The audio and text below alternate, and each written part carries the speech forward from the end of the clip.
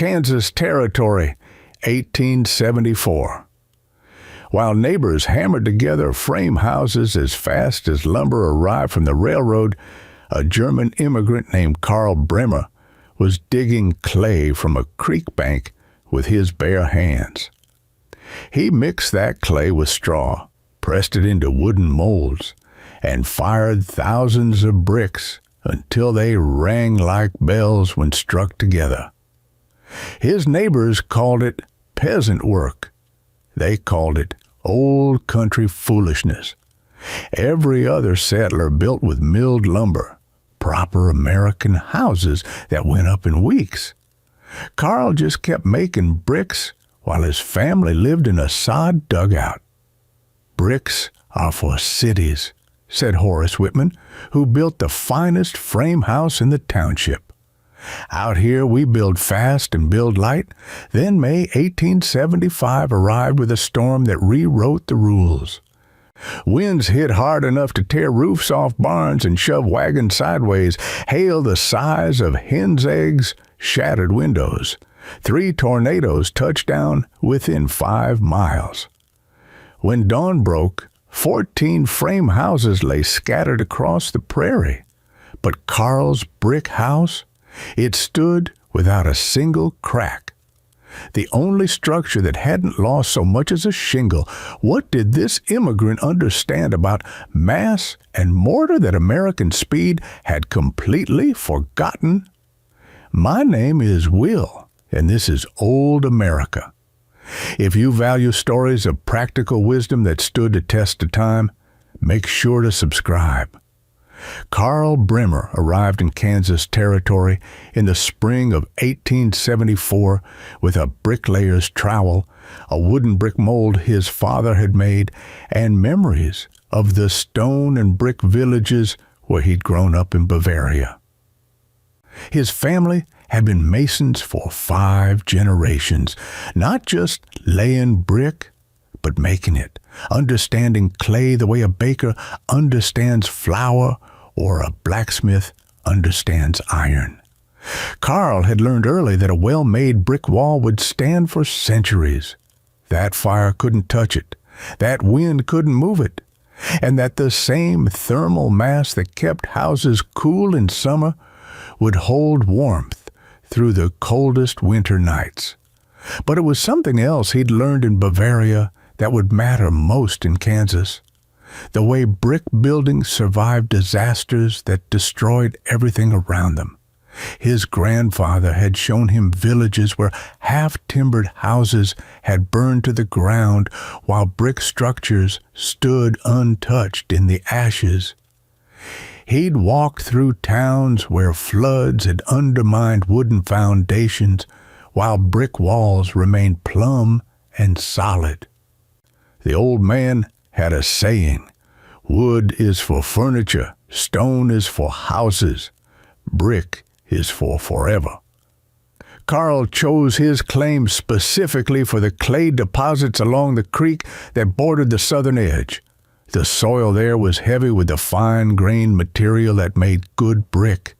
Not sandy, not too much organic matter, just dense red-brown clay that would hold its shape when molded and harden like stone when fired. While other settlers prized flat farmland and timber access, Karl wanted raw material for building something that would last longer than he would. The sod dugout went up first, a temporary shelter carved into a hillside and roofed with prairie grass. His neighbors built similar structures, but most abandoned them within months for the frame houses that arrived in pre-cut kits from lumber yards back east. The railroad had made wood cheap and available, and American settlers had developed a way of building that prioritized speed above all else. A frame house could go up in 2 weeks. A brick house took months. The choice seemed obvious to everyone except Karl. He began digging clay in late April, working the creek bank with a shovel and hauling buckets of raw material to his building site. The work was brutal Each bucket weighed 40 pounds, and he needed thousands of them. His back ached by midday and screamed by evening. His hands cracked and bled from the constant contact with wet earth. His neighbors watched with a mixture of pity and amusement as the German labored through spring rains and summer heat, covered in mud while they hammered together houses that looked like civilization. Horace Whitman rode over in early June to offer what he considered helpful advice. The man had built a 2-story frame house with the lumber kit he'd ordered from Chicago, and he was proud of the speed with which it had gone up. "Carl," he said, watching the German knead clay with his feet like a man crushing grapes, "you know you can buy a house kit for $60. Have it up in 2 weeks. This," he gestured at the mud pit and the rows of drying bricks, "this is how they built in the old country. We've got better ways now." Carl showed him a brick he'd made the week before, now dried hard in the sun. He rapped it with his knuckle, and it rang with a clear tone. "This brick," he said in his accented English, "will be here when your grandchildren are old. Your wood house," he shrugged, 20 years maybe, then rot, then termites, then fire." Whitman left shaking his head, and by evening the story had spread through the settlement. The German was down in the mud, making bricks like the children of Israel in Pharaoh's day, while sensible Americans built proper houses. The backwardness was remarkable. Here was a man who'd crossed an ocean to reach the modern world and was building like his ancestors had 1,000 years ago. The brick-making process consumed Carl's entire first summer.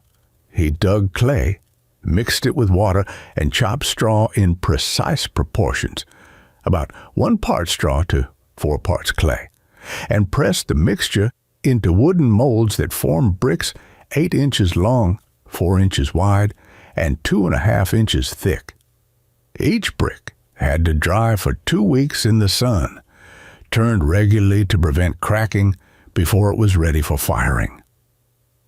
The straw wasn't decoration. It bound the clay together during drying, preventing the cracks that would weaken the finished brick. Carl had watched his father test straw lengths and mixing times, learning that the difference between a brick that lasted a century and one that crumbled in a decade often came down to details invisible to the untrained eye. The kiln took another month to build. Carl constructed it from the bricks he'd already made, creating a dome-shaped structure with fire channels beneath and vents above to control airflow. He filled it with raw bricks stacked in careful patterns that allowed heat to circulate evenly, then fired it with dried buffalo chips and whatever wood he could scavenge from the creek bottom. The firing took 3 days and nights of constant tending, maintaining temperatures hot enough to vitrify the clay into something that would never soften again. He slept in snatches, waking every hour to check the color of the flames and adjust the fuel. Too cool, and the bricks would remain soft. Too hot, and they would warp or crack. The window between failure and success was narrow, and only experience could find it. When he opened the kiln and pulled the first fired bricks from the ashes, they had transformed. The soft gray-brown of dried mud had become deep rust red, and the texture had hardened into something closer to stone than earth. Carl struck 2 bricks together, and they rang like pottery. He dropped one from shoulder height onto a rock, and it bounced without cracking. He held it up to the light and saw no fissures, no weak points. Nothing but solid fired clay that would outlast everyone watching him make it. Samuel Hutchins, whose claim bordered Carl's to the north, came to watch the kiln opening. Hutchins was a carpenter by trade, a man who understood building, but had never worked with anything except wood. "That's proper brick," he admitted, hefting one of the fired pieces.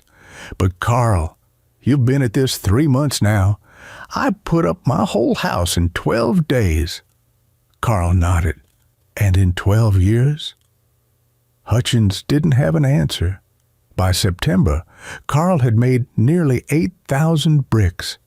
Enough, he calculated, for a modest house with walls 18 inches thick. His neighbors had long since finished their frame houses and were breaking sod for next year's planting. They looked at his piles of brick and his family still living in the dugout and saw a man who had wasted an entire season on peasant foolishness. The foundation went in before the first frost. Carl dug down 3 feet to solid clay and laid a base of flat stones topped with 3 courses of brick set in lime mortar. The foundation alone was more substantial than most of his neighbors' entire houses. The frame structures around him sat on wooden sills laid directly on the ground, or at best on a few flat rocks that would shift and settle with every freeze and thaw.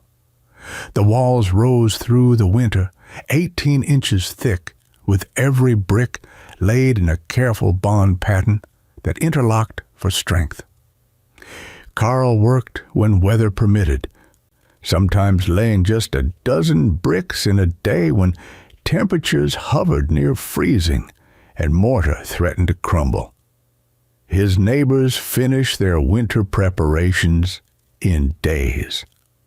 Carl's house wouldn't be complete until spring. Whitman made his prediction public at the December gathering when settlers came together before the isolation of deep winter. "That brick pile will crack come the first hard freeze," he announced. "Mortar don't hold in this climate, and even if it stands, the man's lost a whole year of farming to build a house that'll be colder than a nail house anyway." Brick holds cold like an ice house. The others nodded agreement. The German's brick house was an expensive curiosity, a monument to old-world stubbornness, built by someone who didn't understand that survival on the plains required speed and adaptability, not permanence. They gave Carl until spring before he'd be tearing down his cracked walls and building in wood like everyone else. The first serious test came not from cold, but from wind. March arrived with storms that drove horizontal rain across the prairie at 40 miles per hour. The rain found every gap in the frame houses, around windows, under doors, through the joints where walls met roof. Families woke to wet floors and water dripping through ceilings. The Whitman house, the finest in the settlement, developed a leak along the entire west wall where wind-driven rain penetrated the clapboard siding. Martha Whitman spent hours mopping water that seemed to appear faster than she could remove it, watching her wooden floors darken with moisture that would eventually rot them from beneath. Carl's brick walls shed water like stone. The thickness that Whitman had mocked as wasteful proved impervious to driving rain. 18 inches of fired brick and mortar that wind couldn't penetrate no matter how hard it pushed. The deep-set windows and thick door frame created sheltered openings that stayed dry even during the worst gusts. Inside, Carl's family listened to the storm raging against walls that didn't flex, didn't rattle, didn't admit a single draft. The thermal performance surprised even Carl. He'd known brick held heat well, but he hadn't anticipated how the thick walls would moderate temperature swings. His neighbors' frame houses, with their single layer of wooden boards and gaps that let air flow freely, swung wildly with the weather, frigid on cold mornings, stifling by afternoon when the sun heated the thin walls. Carl's interior stayed remarkably steady, the massive walls absorbing heat during warm spells and releasing it slowly during cold ones. Margaret Hutchins, Samuel's wife, was the first neighbor to spend time inside Carl's completed house. She'd come to borrow yeast for bread making and stayed for coffee, marveling at the stillness of the air and the solidity of the walls around her. "It's like being inside a fortress," she told her husband that evening. "No drafts, no creaking. You could fire a cannon outside, and I don't think you'd hear it in there." Samuel dismissed her observation as womanly exaggeration, but he noticed that his own house had developed a persistent draft along the north wall where the framing had begun to warp. The green lumber he'd used had dried and twisted over the winter, opening gaps that let cold air stream in, no matter how much cloth he stuffed into the cracks. His wife burned through firewood trying to heat a house that leaked warmth like a sieve. April brought more wind and the first hints of the storm season that defined life on the plains. Settlers watched the sky nervously, knowing that the same open landscape that made farming possible also made them vulnerable to weather that could travel for miles without obstruction. The frame houses groaned and shuddered in high winds, their light construction flexing with every gust. At night, families could hear their walls creaking, their roofs lifting slightly before settling back, their windows rattling in frames that never quite fit tight. Carl noticed the difference most clearly during a windstorm in late April. Sustained winds buffeted the settlement for 6 hours, strong enough to knock over outhouses and strip shingles from roofs. His brick house didn't move. The walls didn't flex. The windows, set deep in their 18-inch frames, stayed sealed and silent while his neighbor's glass rattled in frames that twisted with every gust. He sat reading by lamplight while the wind howled, feeling a house around him as solid and immovable as the earth itself. The secondary benefits emerged as spring progressed. Carl's thick walls kept the interior cool even during unseasonably warm days, the mass of brick absorbing heat from the outside air before it could reach the living space. His neighbors' frame houses became ovens by midday, forcing families outside to escape the trapped heat. The same thickness that provided winter insulation now provided summer relief, moderating temperatures through sheer mass rather than air circulation.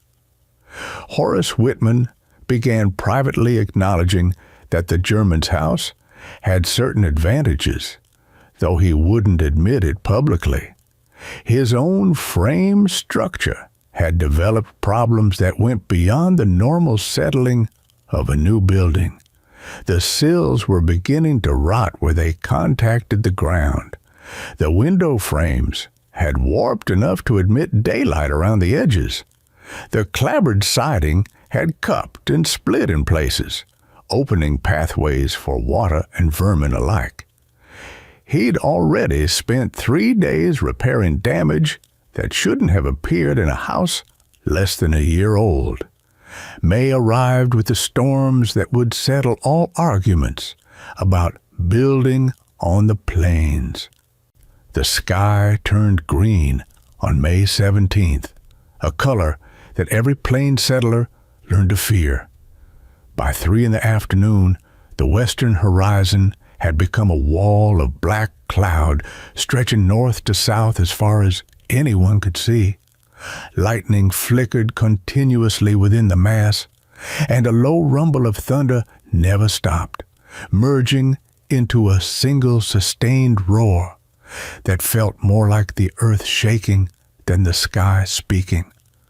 Carl brought his family inside and secured the heavy wooden shutters he'd built for exactly this purpose. The shutters were 3 inches thick, braced with iron straps, and seated into brick channels that held them firm against any wind. His neighbors had no such protection.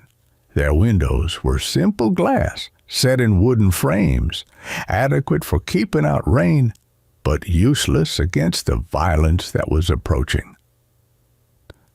The first tornado touched down at 4:15, carving a path through open prairie 2 miles south of the settlement.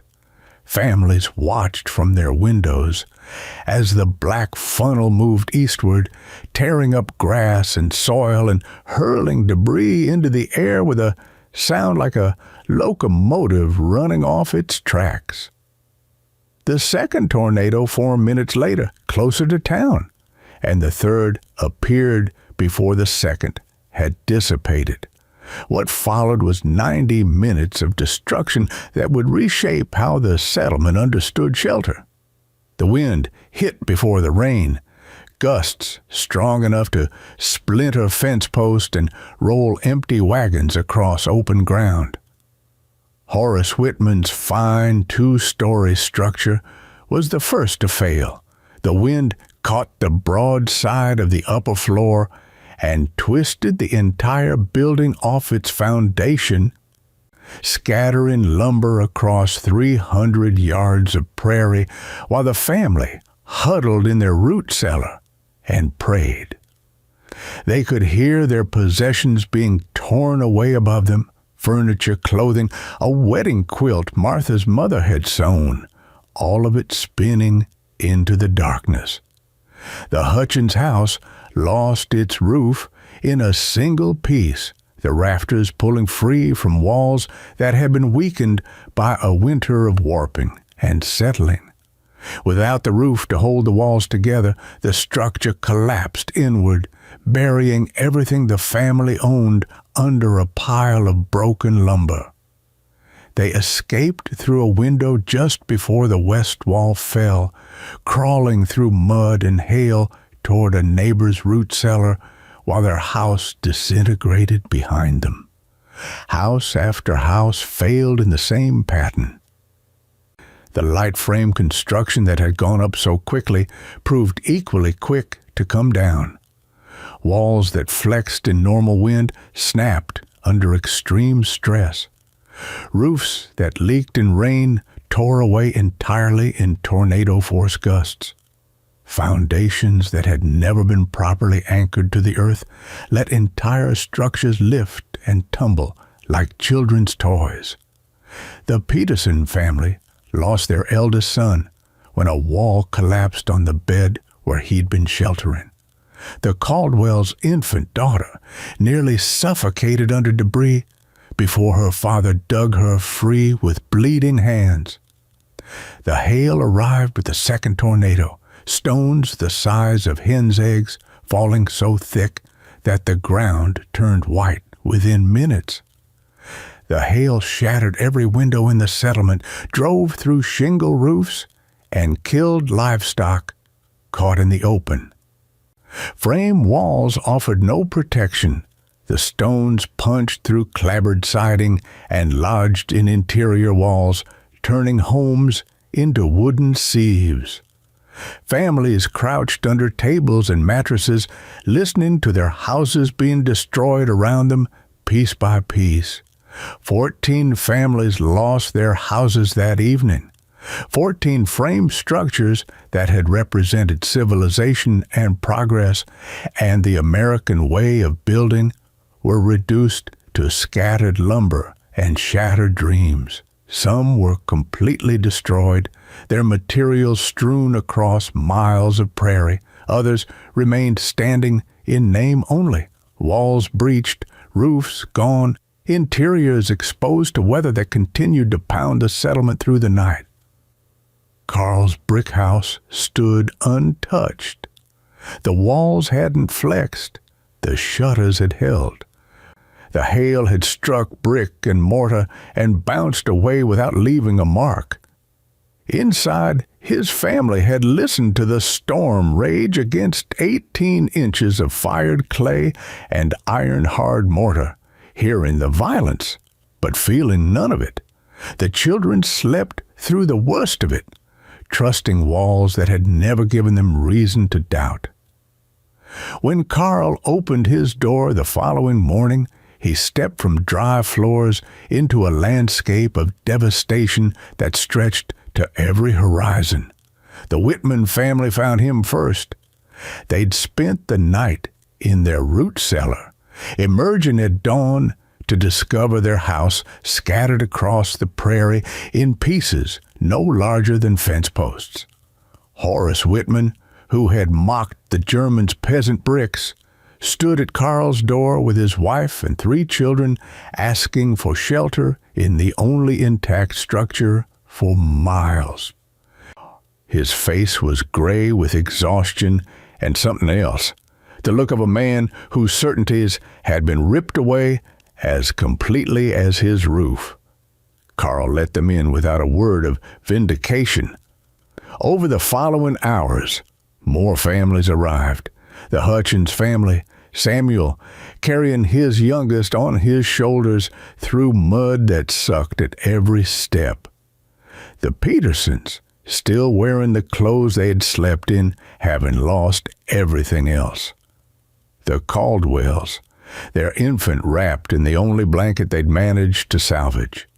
By noon, 23 people had crowded into Carl's brick house, refugees from a storm that had undone years of work in a single night. They sat on Carl's floors, wrapped in his blankets, eating food from his stores, while rain continued to fall through the open roofs of their ruined homes. The contrast was impossible to ignore. Carl's walls stood plumb and solid, not a crack visible anywhere. His windows, protected by shutters, remained intact while every other pane of glass in the settlement had shattered. His roof, built with heavy timber and covered with clay tiles he'd fired himself, had shed hail that destroyed lighter structures. The house that had taken a year to build had survived what 14 quick-built houses could not withstand. Samuel Hutchins asked the question everyone was thinking. How did you know? Carl showed them the mortar joints, the interlocking bond pattern, the foundation that went 3 feet into the earth. In Bavaria, he said, we build for the storm that comes once in 100 years, not for the weather we see every day. His grandfather's voice echoed in the words, wood is for furniture, stone is for houses, brick is for forever. The refugees stayed for a week while the settlement began the slow work of rebuilding. Horace Whitman, humbled beyond any pretense, spent hours examining Carl's construction methods. The thickness of the walls, the depth of the foundation, the way the brick bond created strength through interlocking patterns rather than relying solely on mortar. He filled a notebook with measurements and sketches, asking questions that revealed a mind genuinely trying to understand what he dismissed as backward. Your house will still be standing when my grandchildren are dead, Whitman told Carl on the 3rd day. I spent $60 in 12 days to build something that lasted 11 months. You spent a year and made something that will last a century. Carl nodded. Brick is patient, he said. It waits for you to take the time. The summer of 1875 brought rebuilding and reassessment to the settlement. Families who had lost everything faced a choice: rebuild quickly in wood and risk another storm, or invest the time and labor in something more permanent. The decision was harder than it seemed. Most settlers couldn't afford to spend a year making bricks while their families lived in dugouts and their farms went unplanted. But some made the choice anyway. Horace Whitman was the first to ask Carl for help. The man who had mocked peasant bricks most loudly now wanted to learn how to make them. He arrived at Carl's door in early June with a shovel and a willingness to work, asking questions about clay composition and firing temperatures and mortar mixtures. Carl taught him everything without reservation, showing him the creek bank where the best clay lay and the proportions that made strong brick and the kiln firing techniques that transformed mud into stone. The brick making spread through the summer. Samuel Hutchins joined Whitman at the clay pit, and the Peterson boys came to learn kiln construction, and by August, a half-dozen families were producing their own bricks in their own kilns, building stockpiles for houses they would construct the following year. The work was hard and slow, just as it had been for Carl, but the memory of the May storm kept them digging and molding and firing through the hottest days of summer. Carl became the settlement's unofficial building advisor, helping neighbors lay foundations and plan wall thicknesses and calculate how many bricks they would need. He shared freely everything his family had learned over 5 generations, adapting Bavarian techniques to Kansas clay and Kansas weather.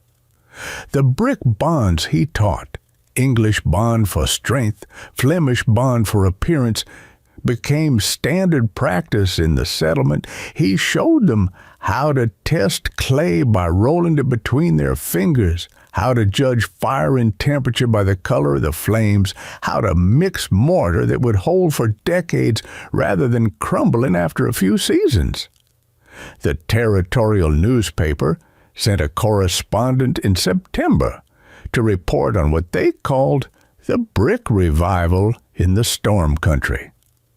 The article described the May disaster in Carl's surviving house and the community's turn toward masonry construction.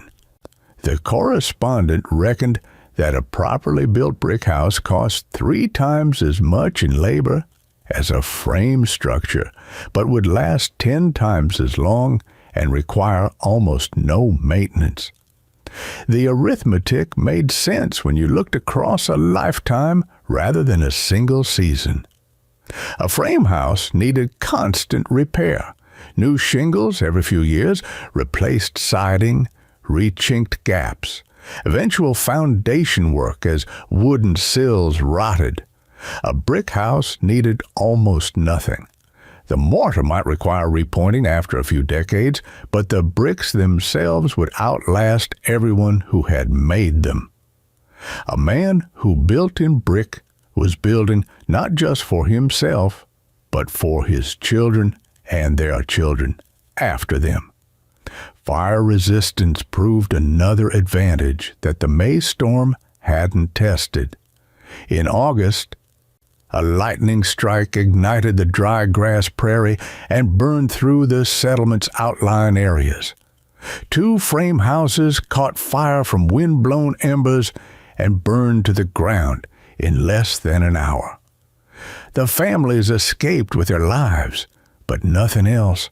Clothes, furniture, tools, food stores, everything consumed by flames that moved faster than men could carry water.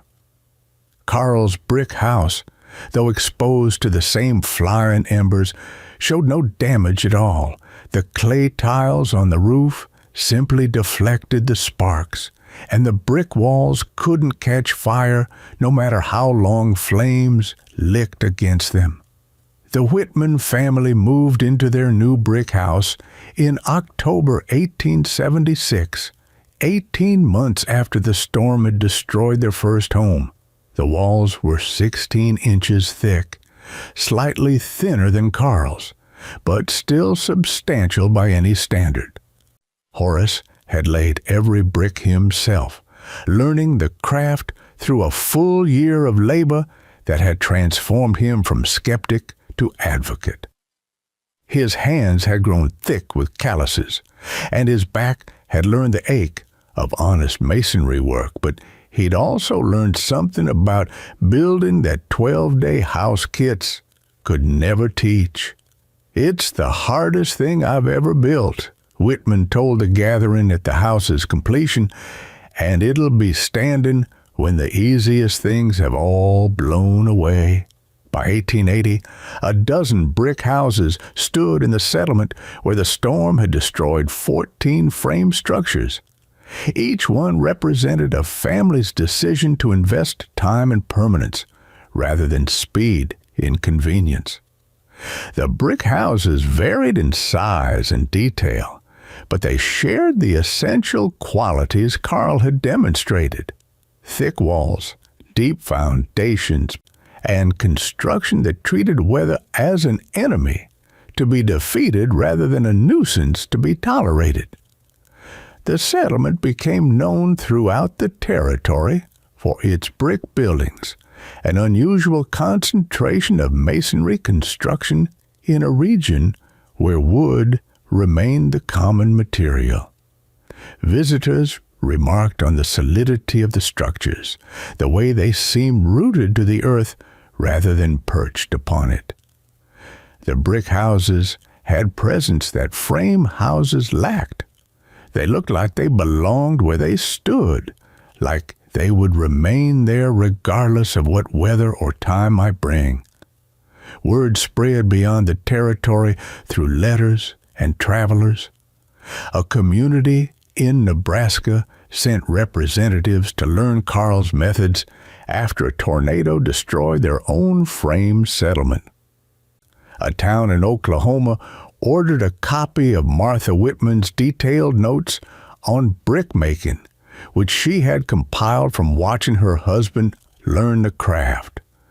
The knowledge that had come from Bavaria spread across the plains, adapted to local clays and local conditions, but always carrying the same essential truth: mass and mortar could withstand what speed and convenience could not.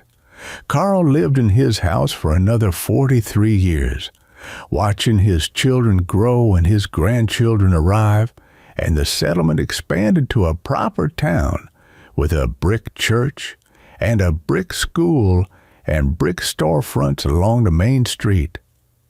The house required almost no upkeep. He repointed some mortar in 1892 and replaced a few roof tiles after a hailstorm in 1901, but the walls themselves remained exactly as he'd built them, plumb and solid and showing no sign of the half-century they'd endured. The frame houses built after the storm fared less well. Even the best constructed among them required constant attention as wood warped and rotted and settled. The Hutchins family rebuilt twice more before finally converting to brick in 1889. Others patched and repaired and eventually replaced, caught in an endless cycle of maintenance that brick construction simply didn't require. The neighbors who had called Carl's methods backward eventually understood what he had known from the beginning: that time invested in building was time saved in maintaining, and that the patience required to make 8,000 bricks was repaid across generations by walls that never needed replacement.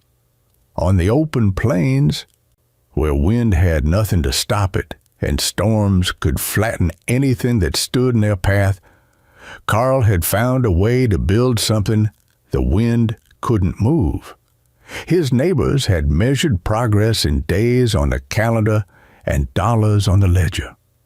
Carl had measured it in centuries, in walls that would shelter his great-grandchildren and their children after them.